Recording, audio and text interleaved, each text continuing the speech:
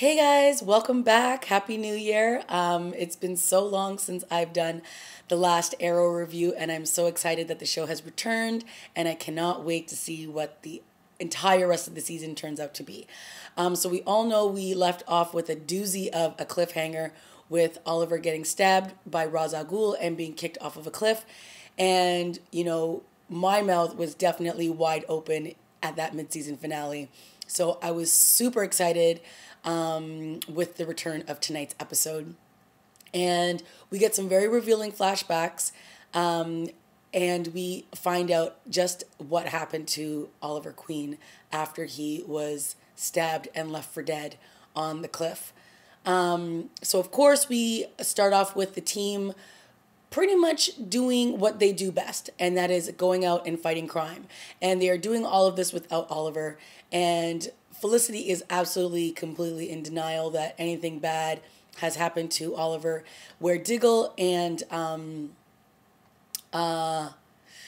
Roy are a little bit more of the understanding that Oliver isn't going to come back, because it's been 3 days since he challenged Ra's al Ghul to a duel, and no one has heard a boo from him. So it's, really heartbreaking watching Felicity sort of go through this episode, slowly coming to the realization that Oliver is no longer alive.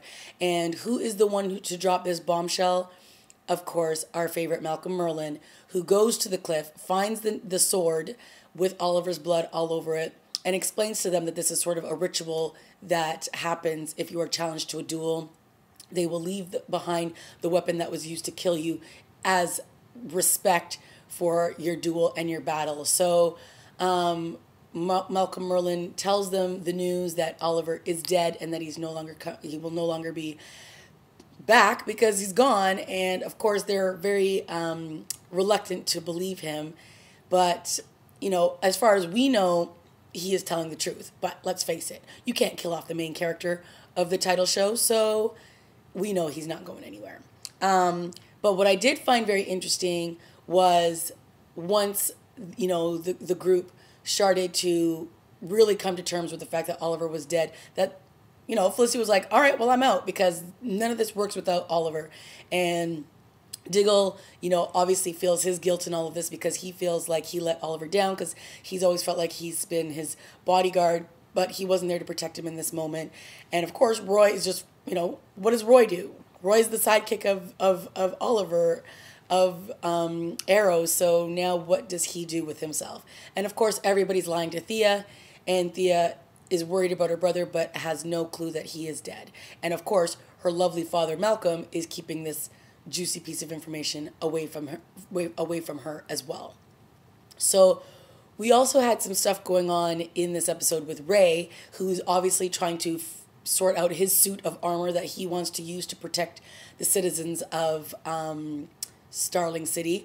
And, Felicity's basically like, look, all this that you're doing isn't going to bring your wife back. And, Ray is not really happy to hear that information from Felicity. And, she's basically speaking from a place of mourning and sadness when, she knows that Oliver tried to do everything he could to protect the city, and look at what happened to him. So she's just trying to do the friendly thing and tell him to get out while you can, because all this that you're doing is probably going to get you killed in the long run. And so, of course, he doesn't want to hear this, and he wants to do whatever he can to protect his city. And of course, he's going to continue to do it. She just says, well, you can do whatever you want. I just don't necessarily have to be a part of it. So that's sort of how we leave off with those two. So we did get some really great flashbacks back to Hong Kong. And of course, Amanda Waller sent Oliver and Maceo out on this mission. And of course, Maceo's driven by the fact that he wants to find his wife, because we all know in the last episode, somebody kidnapped his wife. And of course, it was the woman with the white hair. And so he's trying to do everything he can to complete this mission so that Amanda will find out where his wife is. So in one of during these scenes where they're trying to get this vial of, I guess, some serum, there's a moment where Oliver has the opportunity to kill one of the bad guys, and he kind of hesitates, but he doesn't really. He just decides to let him go. And Masao's really upset with him at this because he knows that he should have killed him instead of letting him go. But then Oliver lets him know that he put a tracker on him, so then that will lead him directly to where his wife is hidden. And so, of course, Masao tells Oliver, I am forever in your debt. I will remember this basically for the rest of my life. And anyhow I can repay this, I will.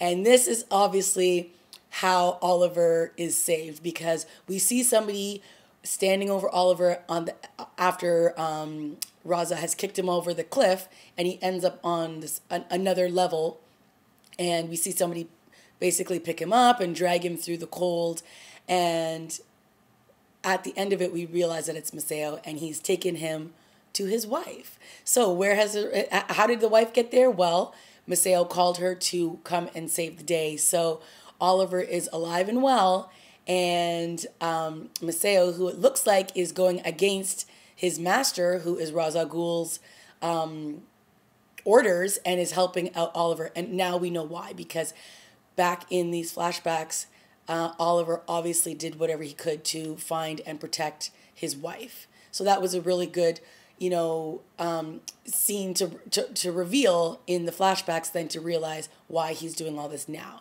So the other big reveal in this week's episode was the rebirth, I guess, of Black Canary.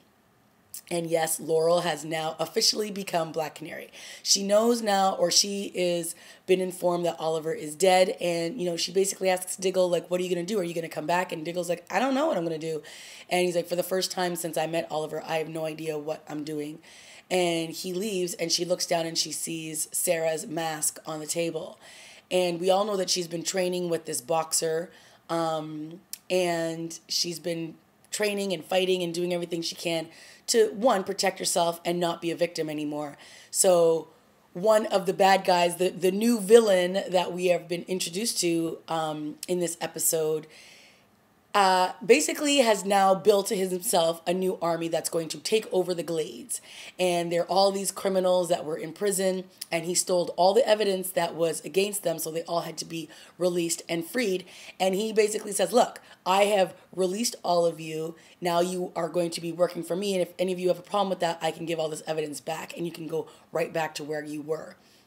And so he's now built himself his own little army, like how Slade had built his army with his band of Mirakuru zombies. And so this looks like it's going to be the new big bad of the second portion of this season. And I actually like the actor who is going to be the head of this villainous crew. So as two of the guys who have been released from prison are walking away, they're like, do you really think this is going to happen? Do you really think he's going to be able to take over the Glades? And they're like, basically like, well, we're just going to have to go along with it for now. And then all of a sudden you hear this loud noise, and all the glass shatters.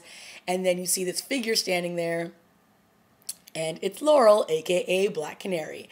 And he's like, who are you? And she's like, I'm the justice you can't run away from. And she like takes her little not wand, but she takes her stick, or I don't want to call it a stick, but it's she has an accessory that I'm sure is kind of like a lead pipe, and she twirls it around and smashes him in the face with it, which is kind of awesome. So Laurel has officially made her appearance as Black Canary, and I have to say she looked kind of badass. So let's see what they decide to do with Laurel this season.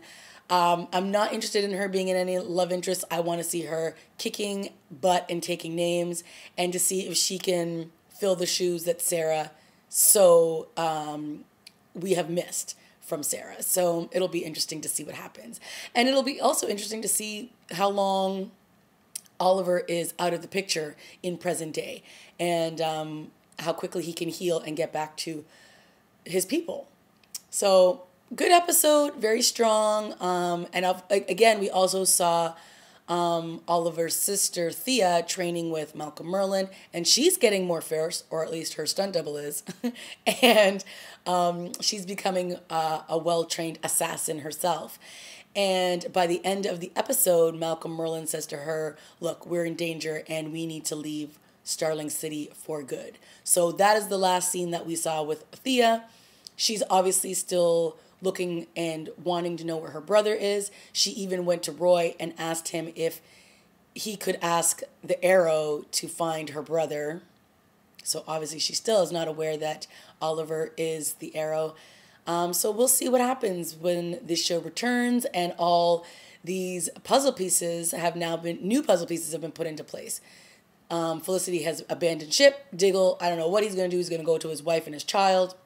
Roy, continue doing security at the club upstairs. I don't know. But hopefully Oliver can return soon and we can get back to business as usual.